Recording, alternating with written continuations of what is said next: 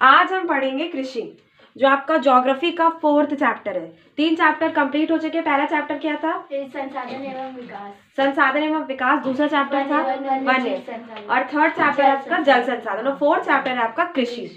कृषि बहुत important chapter है अगर बात करें। और कृषि के बारे में अगर हम देखते हैं तो भारत एक कृषि प्रधान देश है। भारत कैसा देश है? कृषि प्रधान देश है। कृषि प्रधान देश क्यों कहा जाता है? क्योंकि भारत की सबसे ज्यादा आबादी किस पे निर्भर करती है? कृषि पर। या तो वो कृषक मजदूर होते हैं, या तो वो किसान होते हैं, कृषि से जुड़े होते हैं सीधे तौर पे तो वो कृषि पर ही निर्भर होते हैं। तो भारत की बहुत ज्यादा आबादी, लगभग आधे से ज्यादा आबादी किस पर निर्भर है?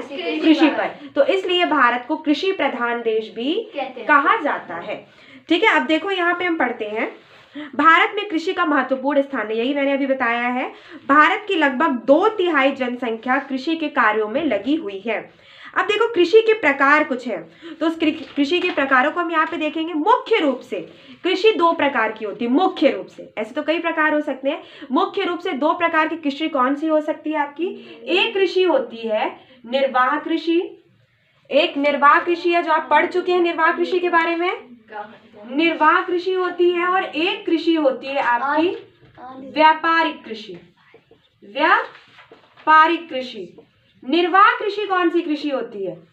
निर्वाह कृषि वो कृषि होती है जिसमें हम इतना ही उपज करते हैं अपने खेतों में जितना हम साल भर खा सकें। अपना निर्वाह, निर्वाह से मतलब ही क्या है? अपना निर्वाह करने के लिए जो कृषि की जाए वो निर्वाह कृषि है। अपना निर्वाह, इसमें देखो, इसको इस कृषि से जो उपज होती है, जो फसल होती है, उसको मंडी में ले जाके बेचा नहीं जाता। इस कृषि से जो भी प्राप्त होता है, हमें अनाज फसलें प्राप्त होती है, उसे हम साल भर रख के खाते हैं। तो निर्वाह, अपने निर्वाह के लिए। अब देखो व्यापारिक कृषि का नाम से ही समझ में आ रहा है, जिससे हम क्या करेंगे? व्यापार करेंगे और मुद्रा कमाएंगे, यानी पैसा कमाएंगे। तो व्यापारिक कृषि वह कृषि हो गई जो हम मंडी में ले जाके उसको बेचते हैं, उससे व्यापार करते हैं और उससे इनकम लेते हैं, कमाते हैं। ये बहुत ज्यादा होती है।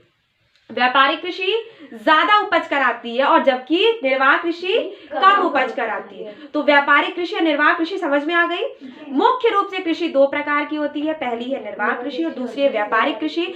सबसे पुरानी कृषि यही है, निर्वाह।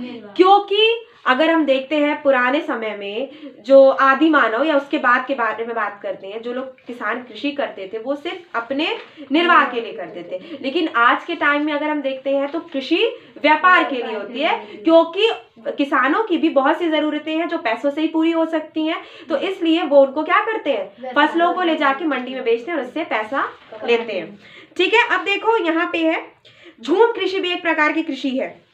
झूम कृषि, झूम कृषि के बारे में कुछ नाम से समझ में आ रहा है? झूम के, यानी एक जगह पे नहीं, एक जगह पे कृषि की, फिर वहां पे जब हम देखते हैं कि जमीन की उर्वरता क्षमता क्या हो गई है? कम हो गई है, तो वहां पे छोड़ के किसी दूसरी जगह चले गए। ऐसा नॉर्मल किसान नहीं कर सकते। ऐसा कौन कर सकता है? जो जनजातियां होती हैं, जनजातियां जो यहाँ पे छोड़ा और कहीं और जाके बस गई। अब जिसका खेत ही किसी एक जगह पे होगा, वो हर जगह खेत चेंज तो कर नहीं सकता। लेकिन झूम कृषि ज्यादातर भारत में जनजातियां, विश्व में जितनी भी जनजातियां हैं वो झूम कृषि करती हैं, ताकि एक जगह उन्होंने खेत में अपनी फसल उगाई और फिर उसके बाद उनको लगा कि वहां की उर्वरता क्षमता क्या हो गई है? कम हो गई है। तो उन्होंने छोड़ के वो कहीं और चले गए। वहां पे उन्होंने खेत में आग लगा दी जाते समय, फिर कहीं और उन्होंने खेती की, वहां पर भी उन्हें लगा उर्वरता क्षमता कम हो गई, तो फिर उन्होंने चेंज कर दिया। लेकिन जिसके किसानों के खेत होते हैं, जिनकी अपनी जमीनें होती हैं, वो ऐसा तो कर नहीं सकते कि आज यहाँ छोड़ा कल वहां। ये ज्यादातर जनजातियां जो एक जगह पे, घुमक्कड़ जनजातियां जो एक जगह पे रहना पसंद नहीं करती, आज उन्होंने यहाँ खेती की, कल देखो। ये सबसे ज्यादा अगर हम देखते हैं तो यहाँ पे मैक्सिको, मध्य अमेरिका और भारत जैसे देशों में, और भारत में भी मध्य प्रदेश में, भारत के मध्य प्रदेश में झूम कृषि सबसे ज्यादा होती है। ये चीज नोट रखना। भारत के कहाँ पे? मध्य प्रदेश, एमपी। ठीक है, राइट आंसर। मध्य प्रदेश में सबसे ज्यादा झूम कृषि होती है। ठीक है, अब देखो यहाँ पे आगे बढ़ते हैं। 3 प्रकार की कृषि समझ में आ गई। पहली निर्वाह कृषि, जो जीवन सिर्फ अपना जीवन निर्वाह के लिए कृषि की जाती है। दूसरी कृषि व्यापारिक कृषि, और तीसरी कृषि झूम कृषि। व्यापारिक कृषि वह कृषि जिसको हम व्यापार करते हैं, उसे किसान मुद्रा कमाते हैं, पैसा कमाते हैं। तीसरा हो गई आपकी झूम कृषि, जो एक जगह पे नहीं की जाती, घूम घूम के की जाती है। अब देखो यहाँ पे आ जाता है गहन जीविका कृषि। उन क्षेत्रों में इस तरह की कृषि की जाती है जहां भूमि पर जनसंख्या का दबाव अधिक होता है। देखो गहन जीविका कृषि, गहन से क्या मतलब है? गहन जीविका कृषि यानी कि इतनी खेती उपज इतनी ज्यादा हो, क्योंकि जनसंख्या क्या हो गई है, ज्यादा होती जा रही, जनसंख्या बढ़ती जा रही है। एक माल्थस का सिद्धांत है, माल्थस, रॉबर्ट माल्थस थे, अमेरिका के थे वो, इंग्लैंड के थे वो, रॉबर्ट माल्थस ने अपनी एक पॉपुलेशन थ्योरी दी थी। उस थ्योरी में उन्होंने कहा था कि जनसंख्या कैसे बढ़ रही है, ज्यामितीय गति से, यानी 1 से 2, 2 से 4, 4 से 8, 8 से 16, 16 से 32, 32 से 64, जनसंख्या ऐसे बढ़ रही है। हाँ, और वही खाद्यान्न कैसे बढ़ रहे हैं, अंगगणितीय, 1 2 3 4, तो 1 से जहां 2 हो रहा है वहां 1 से 2, लेकिन 2 से 4 तो यहाँ 2 से तो 3 ही हो रहा है। हाँ, तो काफी गैप हो गया। तो उन्होंने कहा था कि इस वजह से लोग क्या हो जाएंगे, बहुत ज्यादा भूखे मरने लगेंगे। तो इसलिए आज के दौर में जो कृषि की जाती है वो कौन सी की जाती है, गहन जीविका कृषि। इसलिए की जाती है ताकि ज्यादा से ज्यादा उपज हो सके, ज्यादा से ज्यादा फसलें हो सके। इसके लिए वो क्या प्रयोग में ला रहे हैं आजकल, रासायनिक कीटनाशक। एशिया की सबसे बड़ी रासायनिक जो कह सकते हो कीटनाशक कंपनी कौन सी है, अपने इलाहाबाद में है, इफ्को फर्टिलाइजर, सबसे बड़ी कंपनी एशिया की है, ठीक, जहां पे सबसे ज्यादा रसायन कीटनाशक बनते हैं। तो ये जो कृषि, जिस कृषि में हद से ज्यादा रसायन और कीटनाशक प्रयोग किए जाते हैं ताकि फसल बहुत अच्छी और ज्यादा हो, वो कृषि कहलाती है गहन जीविका कृषि। अब देखो एक और कृषि आती है जिसका नाम है वाणिज्यिक कृषि। बागाती कृषि सुना है ना, अभी वो भी बताते हैं इसमें है, ठीक है। वाणिज्यिक कृषि का प्रमुख लक्षण आधुनिक निवेशों जैसे अधिक पैदावार देने वाले बीजों, रासायनिक उर्वरकों और कीटनाशकों के प्रयोग से उच्च पैदावार करना है। देखो ये गहन जीविका कृषि के ही रूप में आ गई। हमें वाणिज्य यानी व्यापार के क्षेत्र में और बहुत ज्यादा इनकम कमानी। अगर वाणिज्यिक कृषि की बात करें तो वाणिज्यिक कृषि सबसे ज्यादा कहाँ हो रही है, जो डेवलप कंट्री है, जहां जोतों के आकार क्या है, बहुत बड़े हैं। जोतों के आकार क्या होते हैं, खेत काफी बड़े होंगे। जब खेत काफी बड़े होंगे तो फसल ज्यादा होगी, कम होगी, ज्यादा होगी। और उन बड़े बड़े खेतों पे क्या कर सकते हैं, मशीनों का अच्छे से प्रयोग किया जा सकता है। क्योंकि अगर छोटा खेत होगा तो वहां पे ट्रैक्टर कैसे आप यूज कर सकते हो, अगर बड़ा खेत होगा तभी आप ट्रैक्टर का, कीटनाशक के छिड़काव का, इन चीजों का यूज कर सकते हैं। तो वाणिज्यिक कृषि कहाँ हो सकती है, ज्यादातर मैं बात कर रही हूँ डेवलप कंट्रीज में, जैसे यूएसए हो गया या इटली हो गई, जहाँ पे वहां पे जो कृषि होगी वो वाणिज्यिक कृषि में आएगा। वाणिज्यिक कृषि में अच्छी पैदावार हो, कीटनाशक का प्रयोग ज्यादा होता है यहाँ पे, और यहाँ पे उच्च पैदावार यानी ज्यादा अच्छी और ज्यादा पैदावार को ध्यान में रख के किया जाता है। अब देखो यहाँ पे एक और 2 कृषि के बारे में और बता दूं, बागाती कृषि। इन पॉइंट को नोट करते हुए चलो, बागाती कृषि और इसके बाद आता है सीढ़ी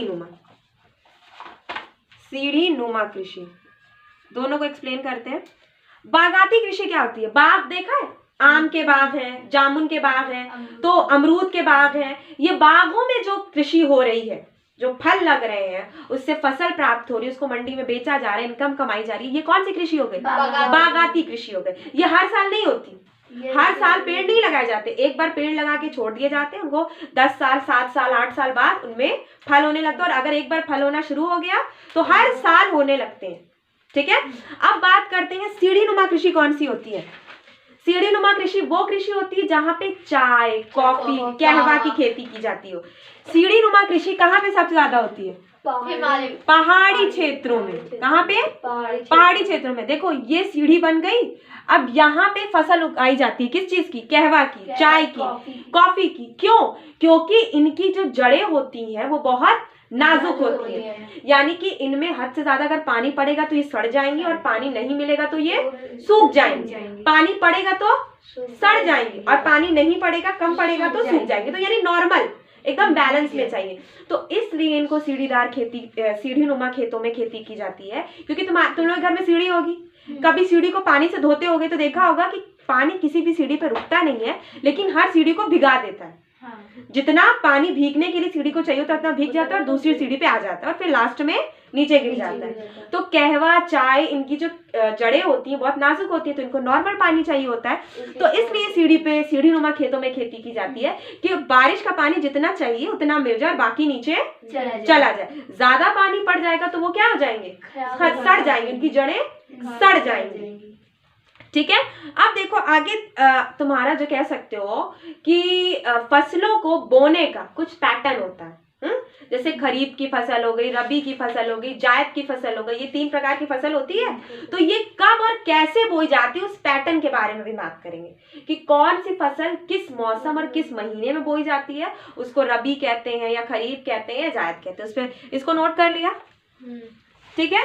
तो अब हम आगे देखेंगे कि हमारा क्रॉपिंग पैटर्न, यानी क्रॉपिंग पैटर्न से मतलब है कि फसलों को बोने का जो तरीका है वो क्या है। ठीक है। फसलों को हम कैसे बो सकते हैं उस क्रॉपिंग पैटर्न में बात करते हैं। तो ये 3 प्रकार की होती है। पहले है रबी की फसलें। कौन कौन सी है मैं बताती हूँ, पहले लिख ले। रबी की फसलें, खरीफ फसलें और लास्ट में आता है आपकी जायद की फसलें। ठीक, जायद फसलें, ये 3 प्रकार की फसलें होती हैं।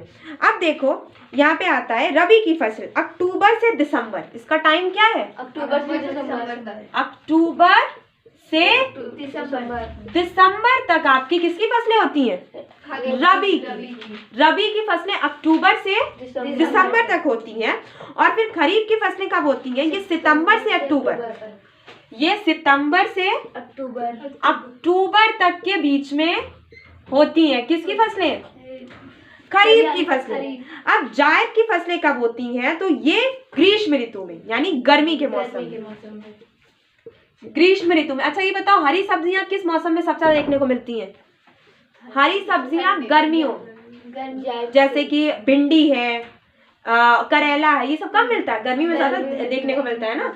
तो ये वही फसलें हैं जो जायद में आती हैं। जायद में हरी सब्जियां आती हैं और ये ग्रीष्म ऋतु में ज्यादा देखने को मिलती हैं। अभी इस मौसम में जाड़े का मौसम चल रहा है, शीत ऋतु चल रही है हमारे यहाँ, तो क्या इस मौसम में तुम्हें भिंडी मिल रही है, नहीं। करेला मिल रहा है, नहीं मिल रहा है। ये कब मिलता है, जब गर्मी होती है तब ये सब्जियां आ जाती हैं। ठीक है। तो अगर हम बात करते हैं रबी में कौन कौन सी फसलें आती हैं, गेहूं, जौ, मटर। ठीक, इसको लिख लो यहाँ पे, गेहूं। गेहूं सबसे इंपॉर्टेंट है, गेहूं बहुत पूछा जाता है कि गेहूं रबी की फसल है कि खरीफ की। ये ऑप्शनल में भी आएगा, 20 नंबर एमसीक्यूज के आएंगे ना तुम्हारे, तो उसमें भी आएगा गेहूं, मटर, जौ। ये किसकी फसल हो गई, रबी की। ये रबी की किस महीने से, अक्टूबर से दिसंबर के बीच में जो फसल हो रही है वो रबी की फसल है, गेहूं, जौ, मटर। ठीक है। अब देखो इसमें बात करते हैं खरीफ की फसल कौन सी हुई। तो खरीफ की सबसे इंपॉर्टेंट फसल है आपकी चावल। रबी की सबसे इंपॉर्टेंट फसल है आपकी गेहूं और खरीफ की सबसे इंपॉर्टेंट फसल है चावल। इससे क्वेश्चन बहुत बनते हैं और अक्सर लोग भी पूछ लेते हैं कि चावल खरीफ की फसल है या रबी की फसल है, गेहूं रबी की फसल है या खरीफ की फसल है। इसमें बहुत सी चीजें आ सकती हैं, कपास, जूट, मूंगफली। कपास है, जूट है, मूंगफली है। ठीक, ये फसलें आ सकती हैं तुम्हारी रबी की खरीफ की फसलों में। रबी की फसलों में गेहूं, मटर, जौ ये अक्टूबर से दिसंबर के बीच में होती है। अब लास्ट में तुम्हारा बचता है जायद की फसल। अभी मैंने बताया हरी सब्जियां, जैसे तरबूज है, खीरा है, इसमें हरी सब्जियां ही मैं लिख देती हूँ। हरी सब्जियां जैसे कि तरबूजा, खीरा। ठीक, ये सब जो फसलें हैं ये किसकी हैं, जायद की फसलें। ये कौन सी फसलें हैं, जायद की। तो सबसे इंपॉर्टेंट हमने क्रॉपिंग पैटर्न देखा यहाँ पे। पहले हमने देखा कृषि के प्रकार कितने हैं, अब हमने क्रॉपिंग पैटर्न यानी कि फसलों को बोने का सही टाइम कौन सा है। तो रबी, खरीफ और जायद, ये 3 ही होते हैं। कौन से, रबी, खरीफ और जायद। याद रखना 3 ही क्रॉपिंग पैटर्न होते हैं और कृषि के प्रकार कई हो सकते हैं, लेकिन मुख्य कृषि के प्रकार 2 ही हैं, निर्वाह और व्यापारिक। लेकिन उसके अंतर्गत देखते हैं तो बागाती है, झूम है और तुम्हारे सीढ़ी नुमा खेती है, यहाँ गहन जीविका है खेती, बहुत प्रकार की खेती आ सकती है। लेकिन क्रॉपिंग पैटर्न 3 ही होता है। खरीफ, भारत में, हम भारत की बात कर रहे हैं, खरीफ, रबी और जायद। ठीक, अब देखो भारत की प्रमुख फसलें कौन कौन सी हैं। तो चावल है, गेहूं है, ये भारत की प्रमुख फसलें हैं ना, क्योंकि यही खाद्यान्न फसलें हैं। खाद्यान्न मतलब खाने वाली। देखो व्यापारिक फसलें अलग होती हैं, खाद्यान्न फसलें अलग। कपास है, कपास हम खा नहीं सकते, हाँ, जूट हम खा नहीं सकते, उससे व्यापार होता है, उससे कुछ चीजें बनती है जिसका व्यापार होता है, तो वो खाद्यान्न फसलें नहीं होती। खाद्यान्न फसलें समझ लो, जिन फसलों को हम खाते हैं वो खाद्यान्न फसलें होती हैं। व्यापारिक फसलें वो होती हैं जो बेचते हैं, जो जिनका प्रयोग कुछ और बनाने के लिए किया जा सकता है, जैसे कि कपास है, उससे कपड़े बन सकते हैं कॉटन के। अगर हम देखते हैं जूट है, ठीक, उससे रस्सियां बन सकती हैं। रबड़ है, गोंद है, इसकी भी तो खेती होती है, तो ये किसी व्यापारिक काम में आती, खाद्यान्न में ये काम, उसको खा हम नहीं सकते, ठीक। अब देखो भारत की मुख्य फसलें कौन कौन सी है। चावल है, मोटे अनाज, मोटे अनाज यानी जैसे जौ है, बाजरा है, ये मोटे अनाज ही तो कहलाते हैं, तो ये भारत की प्रमुख फसलें हैं। देखो अब आगे हम देख लेते हैं यहाँ पे कि अन्य प्रमुख खाद्य फसलें कौन कौन सी। भारत में अन्य प्रमुख खाद्य फसलों में सबसे नंबर 1 पे आता है खाद्य फसलें। देखो मुख्य खाद्य तो गेहूं, चावल, मटर, जौ, बाजरा हो गए, लेकिन अन्य खाद्य फसलें भी होती हैं, जैसे गन्ना हो गया। गन्ना एक मुख्य, क्योंकि चीनी बनती है, गन्ने से क्या बनती है, चीनी बनती है, और उसको डायरेक्ट फॉर्म में खाया भी जाता है, ठीक है। तिलहन हो गया, तिलहन, मूंग हो गई, तिलहन नहीं जानते, तिलहन की फसल है, मूंग की फसल है, ये फसलें अन्य खाद्यान्न, मुख्य रूप से तो नहीं है, मुख्य रूप से तो खाद्यान्न फसलों में मोटे अनाज ही आते हैं, जैसे गेहूं, चावल, जौ, बाजरा, ये सब चीजें। हाँ, अब देखो आगे तुम्हारा मैंने बता दिया, बागानी फसल मैंने बता दी, स्टार्टिंग में बता दी, वो आपकी अब आई है। अब देखो यहाँ पे है कुछ रेशेदार फसलें भी होती हैं, रेशेदार जिसमें रेशे होते हैं। जूट की फसल, जूट में रेशे होते हैं, जूट से जो रस्सी बनती है भाई, जूट की रस्सी देखा है ना, तो उसमें रेशे होते हैं कि नहीं होते, वो हो गई। कपास हो गया, कपास में भी रेशे होते हैं, वो तो रेशे से बनती ही है, ठीक है। अब आगे देख लेते हैं, तुम्हारे भारत में एक भूदान आंदोलन चलाया गया था। भूदान, भू से मतलब है भूमि और दान से मतलब है देना, भू प्लस दान यानी भूमि दान में देना, दान में देना, तो यानी इससे, इस आंदोलन से क्या मतलब निकाला जा रहा है, भूमि दान में देना। इसे चलाया था विनोबा भावे, विनोबा भावे, नोट कर लो, इस मूवमेंट को चलाया था विनोबा भावे ने। और इस मूवमेंट को ये कह के चलाया गया था कि जब भारत आजाद हुआ था तो बहुत से जमींदार थे जिनके पास बहुत जमीनें थी, लेकिन उनके साथ साथ बहुत से कृषक मजदूर भी थे जो बहुत कम आमदनी पे उनके खेतों में क्या कर रहे थे, काम कर रहे थे। तो ये मूवमेंट, ये आंदोलन इसलिए चलाया गया था कि इन लोग जिनके पास जमीनें बहुत हैं, हद से ज्यादा जमीनें हैं, जैसे जमींदार 1 है 2, उनके पास बहुत एकड़ जमीन है, तो वो थोड़ी सी अपनी जमीन क्या कर दें, छोटे नहीं बेचे नहीं, दान देना है ना, आंदोलन का नाम ही क्या, भूदान। वो थोड़ी सी जमीन किसको दान दे दें, जो छोटे कृषक मजदूर हैं, जिनके पास जमीन नहीं है, तो वो मजदूर बन के रह गए, तो उनकी इनकम तो बहुत कम थी, तो उनको क्या कहा गया कि आप थोड़ी सी जमीन ले लीजिए, जमींदारों से दान में कहा गया कि आप इनको जमीनें दे दीजिए छोटे कृषक मजदूरों को। तो ये भूदान मूवमेंट चलाया गया था, और ये खेती के लिए चलाया गया था, खेती में कृषक मजदूरों के लिए। इस मूवमेंट का फायदा सबसे ज्यादा किसको पहुंचा था, कृषक मजदूरों को पहुंचा था। क्यों पहुंचा था, क्योंकि पहले तो उनके पास जमीनें नहीं होती थी, वो पूरी जिंदगी किसी की जमीन पे काम करते हुए गुजार देते थे, तो उनको खाने के लिए कुछ मिलता नहीं था। अब उनके पास अपनी जमीन होती है, चाहे उस पर वो निर्वाह कृषि करें या व्यापारिक कृषि करें, जो स्टार्टिंग में मैंने बताया व्यापारिक कृषि और निर्वाह कृषि क्या होती है। अब देखो खाद्य सुरक्षा की बात करते हैं। खाद्य सुरक्षा को लेकर एक सबसे इंपॉर्टेंट चीज है आपके यहाँ, आप जानते होंगे सार्वजनिक वितरण प्रणाली, आपका चैप्टर यहीं पे खत्म हो गया। सार्वजनिक वितरण प्रणाली, खाद्य सुरक्षा बात करते हैं हम। भारत में जो खाद्य सुरक्षा, भारत में हमेशा से प्रॉब्लम में रही है, फूड सिक्योरिटी जिसे कह सकते हो, खाद्य सुरक्षा को, तो ये सार्वजनिक वितरण प्रणाली गवर्नमेंट की तरफ से चलाया गया सबसे इंपॉर्टेंट जिसे कह सकते हो योजना। सार्वजनिक वितरण प्रणाली, राशन कार्ड जो बनाए जाते हैं, तो कम कीमत पर, काफी मार्केट में जो प्राइस होता है, गेहूं 18 में है या 20 में है या 30 में है, जितने प्राइस में है, उससे काफी कम कीमत पर आपको 2 रुपए 3 रुपए में क्या मिल रहा है, गेहूं मिल रहा है या चावल मिल रहा है, जो भी है खाद्यान्न फसलें आपको मिल रही हैं।